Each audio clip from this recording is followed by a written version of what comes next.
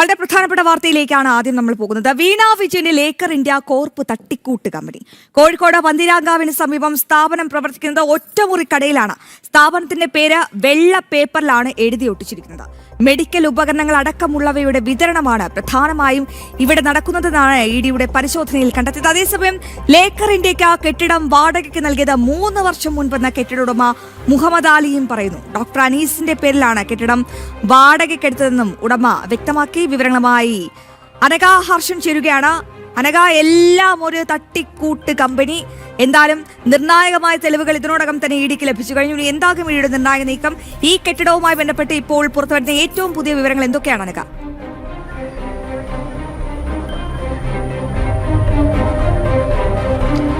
അശ്വതി, നമ്മളിപ്പോൾ നിൽക്കുന്നത് ആ കെട്ടിടത്തിന്റെ ആ കടമുറിയുടെ പരിസരത്ത് തന്നെയാണ്.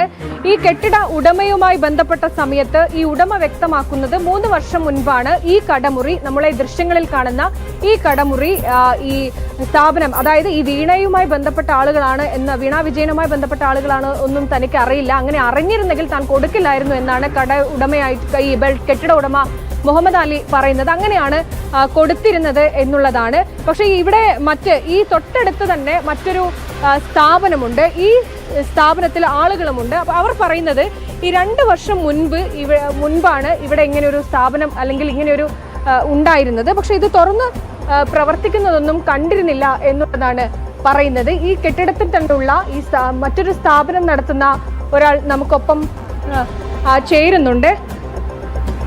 അതായത് ഓക്കെ, ഈ കെട്ടിടത്തിനോട് ചേർന്നിട്ടുള്ള സ്ഥലം, നിങ്ങൾ എത്ര വർഷമായി ഇവിടെ സ്ഥാപനം നടത്തുന്നു? ഇവിടെ 2-3 വർഷമായിട്ട് സ്ഥാപനം നടത്തുന്നുണ്ട്.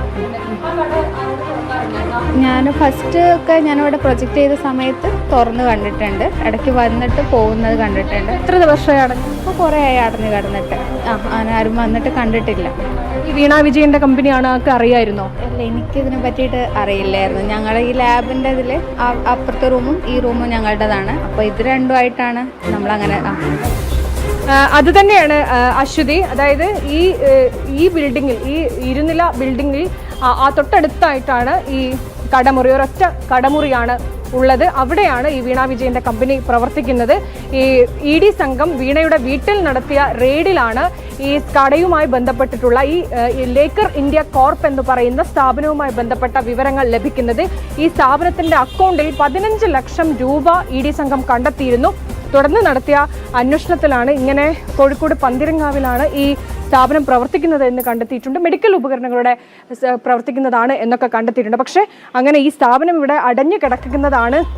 നമ്മൾ വന്നപ്പോൾ 2 വർഷത്തോളമായി ഇത് അടഞ്ഞു കിടക്കുകയാണെന്നാണ് ഈ സ്ഥാപനത്തിന് തൊട്ടടുത്ത് പ്രവർത്തിക്കുന്ന മറ്റൊരു സ്ഥാപനത്തിൻ്റെ ആളുകൾ പറയുന്നത്. ഈ പ്രദേശത്തെ ആളുകൾക്കും ഇതിനെക്കുറിച്ച് വലിയ ധാരണയില്ല എന്നുള്ളതാണ് അശ്വതി.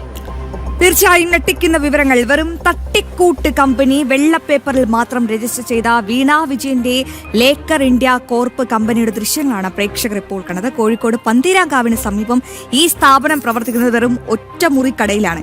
ഈ സ്ഥാപനത്തിന്റെ പേരിലാണ് വലിയ രീതിയിൽ കോടികൾ തിരിമറി നടന്നത്. എന്തായാലും മെഡിക്കൽ ഉപകരണങ്ങൾ അടക്കമുള്ളവയുടെ വിതരണമാണ് പ്രധാനമായും ഇവിടെ നടക്കുന്നതെന്നാണ് ഇഡിയുടെ പരിശോധനയിൽ കണ്ടെത്തിയത്. പക്ഷേ ആ കടയുടെ അവസ്ഥ ഇപ്പോൾ പ്രേക്ഷകർ കണ്ടു കാണുമല്ലോ. എന്തായാലും ഏറ്റവും പ്രധാനപ്പെട്ട വിശദാംശങ്ങൾ പങ്കുവയ്ക്കുകയായിരുന്നു അനഘ ഹർഷൻ.